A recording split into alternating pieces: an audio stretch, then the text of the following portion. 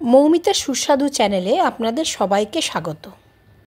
আমি কিভাবে ঘরোয়া পদ্ধতিতে ডিমের কারি রান্না করি সেই রেসিপিটা আপনাদের সাথে শেয়ার করব।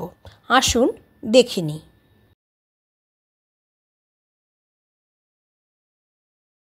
প্রথমেই আমি কতগুলো আলু টুকরো করে কেটে সেদ্ধ করে নিয়েছি। সেদ্ধ করা আলুগুলোকে লবণ আর হলুদ দিয়ে মেখে নিয়েছি। এইবার কড়াইয়ে দিয়ে দিচ্ছি 4 থেকে 5 চামচ সরষের তেল। তেল গরম হলে তাতে ওই হলুদ লবণ দিয়ে মেখে রাখা আলুগুলো ভাজতে দিয়ে দিলাম। লাল লাল হওয়া পর্যন্ত ভেজে নিতে হবে।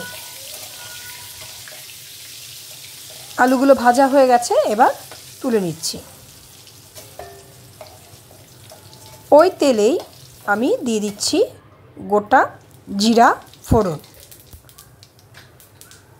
জিরাটা ভাজা হয়ে গেছে, তাতে আমি দিচ্ছি থেতো করা এলাচ আর দারচিনি। এবার দিয়ে দিলাম 1/2 চামচ চিনি। চিনিটা দেওয়ার কারণ হচ্ছে ঝোলের রঙটা বেশ সুন্দর হয়। ফোড়নটা দিয়ে একটু নাড়িয়ে নিলাম। এইবার ওই তেলেই দিয়ে দিচ্ছি মিহি করে কুচনো মাঝারি সাইজের একটা গোটা পেঁয়াজ। গোল্ডেন ব্রাউন হওয়া পর্যন্ত পেঁয়াজটা ভেজে নেব। পেঁয়াজটা ভাজা হয়ে গেছে, এবার বাটা মশলা দেব। বাটা মশলার জন্য নিয়ে নিচ্ছি একটা গোটা পেঁয়াজ, 4-5 কোয়া রসুন, ছোট্ট আদার টুকরো একটা, ঝাল অনুযায়ী লঙ্কা, সমস্ত কিছু দিয়ে বেটে নিচ্ছি।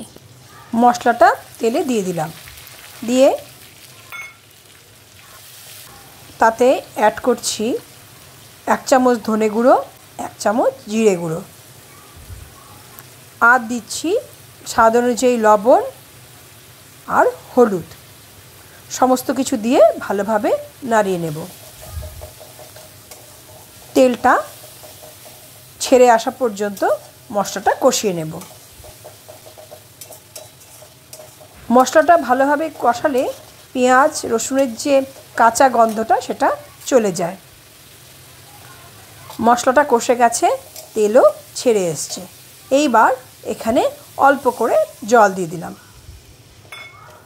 এই জলটা কিন্তু ঝোলের জন্য দিচ্ছি না, এই জলটা দিয়েও আবার কষিয়ে নেব।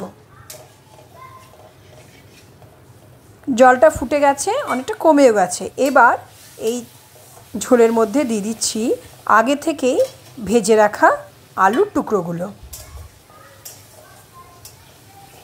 আলুর টুকরোগুলো দিয়ে খুব ভালো করে কষিয়ে নেব। আলুর টুকরোগুলো দিয়ে ভালো করে কষানো হয়ে গেছে। এবার এতে দিয়ে দিচ্ছি আগের থেকে সেদ্ধ করে রাখা লবণ হলুদ দিয়ে মাখানো সেদ্ধ ডিম। ডিমগুলো আমি চাকু দিয়ে অল্প অল্প করে চিড়ে দিয়েছিলাম। ডিমগুলো দিয়ে খুব ভালোভাবে আবার কষিয়ে নিচ্ছি। চিড়ে দেওয়ার কারণে ডিমের ভেতরেও কিন্তু এই মশলার স্বাদটা ঢুকে যাবে। সমস্ত কিছু কষে এসছে, তেলও ছেড়ে দিয়েছে। এইবার ঝোলের জন্য পরিমাণ মতো জল দিয়ে দেব। যেহেতু ডিমের কারি হচ্ছে, তাই কিন্তু অনেকটা জল দেওয়া যাবে না। মাখো মাখো হবে না, আবার ঝোলঝোলাও হবে না। মাঝারি মাপের ডিমের কারিতে কিন্তু ঝোল থাকে, তাই ঝোলটা মানে জলটা একটু বুঝে শুনে দিতে হবে।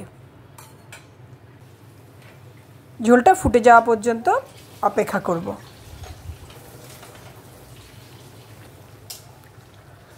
5 মিনিট ফুটিয়ে নিয়েছি, ঝোলটা কমেও গেছে।